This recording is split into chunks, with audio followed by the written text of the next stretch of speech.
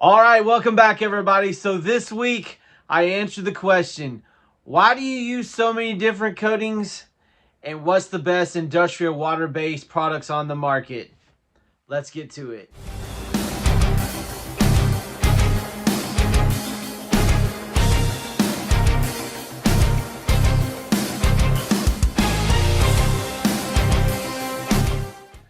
Okay, so the question of questions, Eric. Why do you use so many different coatings, and which one is the best? All right, let me start off with why I use so many different coatings. So my channel has been predicated on finding the best industrial water-based finishes that are on the market, and also legitimizing water-base in the marketplace. Um, the old water bases, very difficult to use, not very user friendly.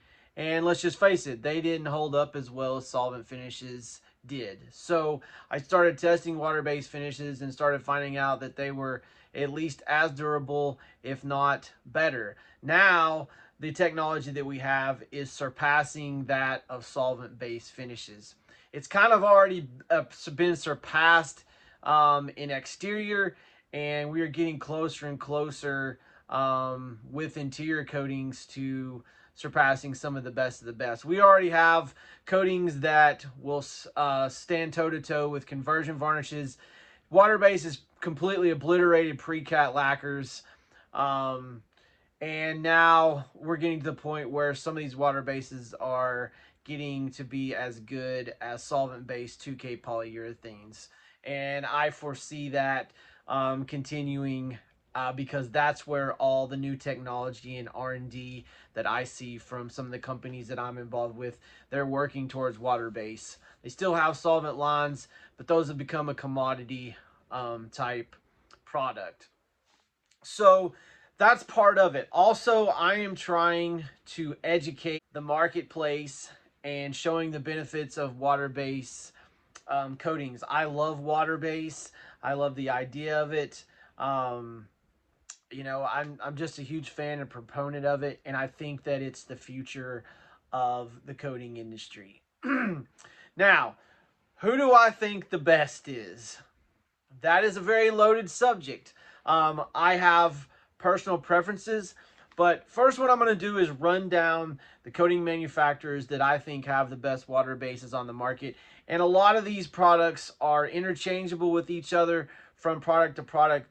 And so really what it comes down to is what you resonate with, and the availability and what you're comfortable with in ordering. Now, I order all over the country, from Canada, from California, from Pittsburgh, all over the place. So here are the top companies in my opinion in no particular order, and then I'm going to talk about my personal favorites and a little bit about why I think that these products are standout amongst some of the things that I've tried. Now, we'll go ahead and preface that I have not done a lot of testing with ICA products. However, I feel like they are one of the best coating manufacturers for water-based on the market. I have used a few of their products, but I haven't done a real deep dive in them. Also, I have tested a lot of Circa products, but I haven't done a super deep dive in some of those products as well. So, but those are two companies that I kind of apologize if they feel like they're getting left out of this discussion, and they're not. I just am not as familiar with their product lines as I am some of the other companies that I've had a closer working relationship with. So here are the top companies in my opinion. Obviously, Malaysia, ICA, Circa, CIC, which is an American company, which is kind of unusual because most of what we know with water base is all Italian based products.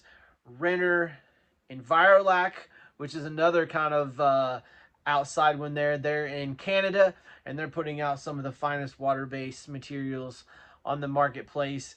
And then you also have Ilva, which is kind of tied with IVM and with Malaysia.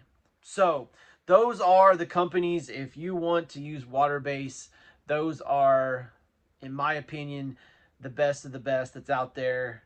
Now, if you want to talk about what my personal favorites are, and again, this is just my opinion and my personal preference.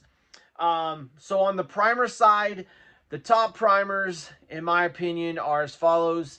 I got to go number one with CIC 1107.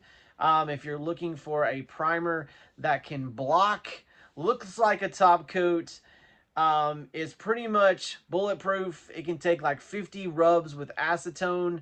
Um, that's it. It's amazing on refinishes.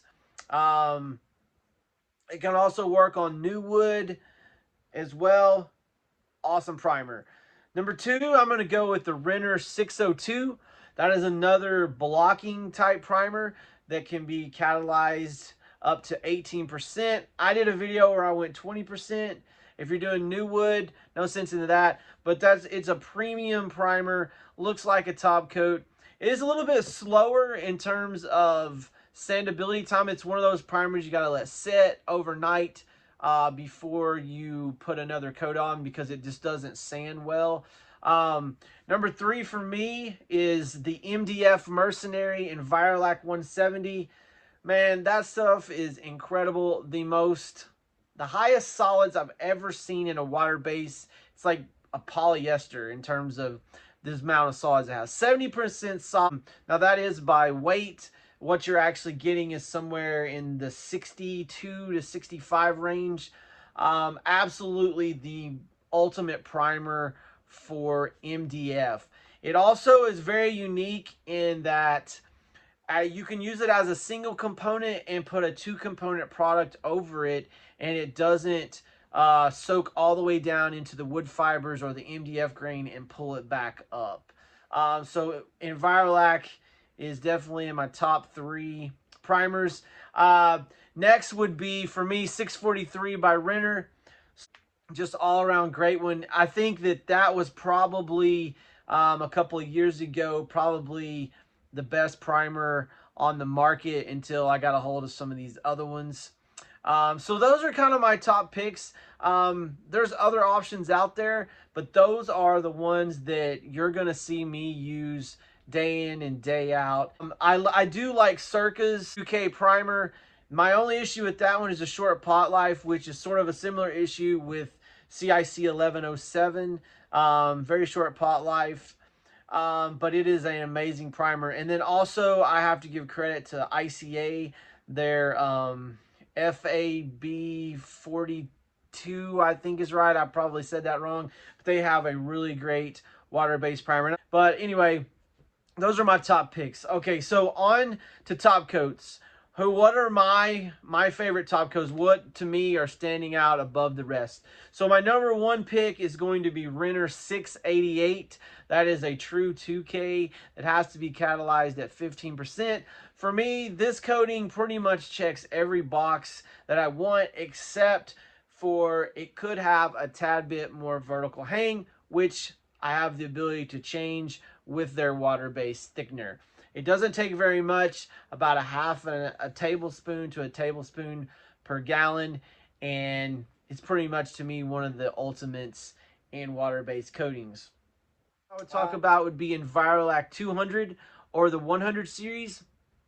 I think this one has a unique advantage over some of the other ones I'm going to discuss, because it can tolerate heat very, very well. So if you're into IR curing, which I am, it's something that has very, very high production value for me, but I can also use it as a single component or a 2K, and it does very well. I will say one caveat with that coating is the 200 is that if you put the catalyst in it, it will change the sheen value. So if you're using a 10 sheen, it's going to bump it up to like a 15. If you're using a 20 sheen, it's going to bump it up to like a 25.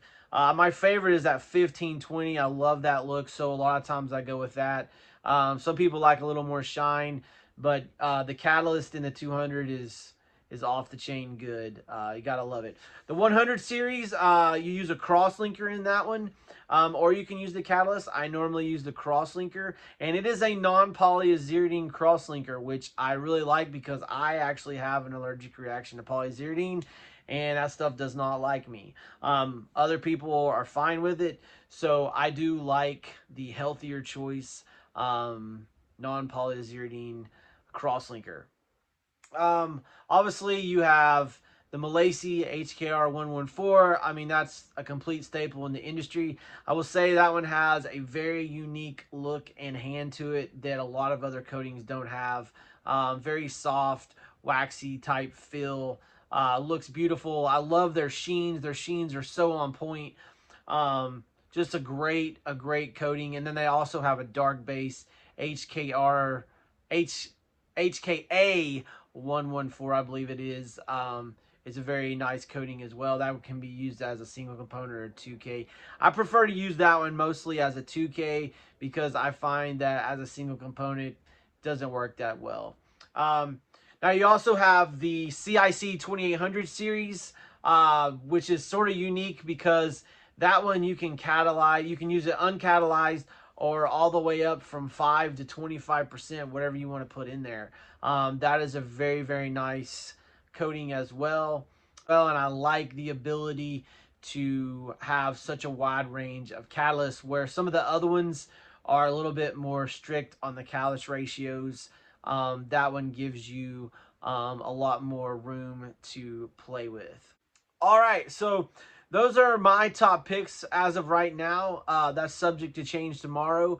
If someone sends me something that outdoes the other one, then I will be sure to let you guys know. But I just want to do a quick video. I get so many questions about that. So those are kind of my top picks right now in the industry. I appreciate you guys for watching. Make sure you like and subscribe. You can catch me on Instagram, Facebook, LinkedIn, and TikTok at Eric Reason. And remember, guys, test, don't guess. We will catch you next week.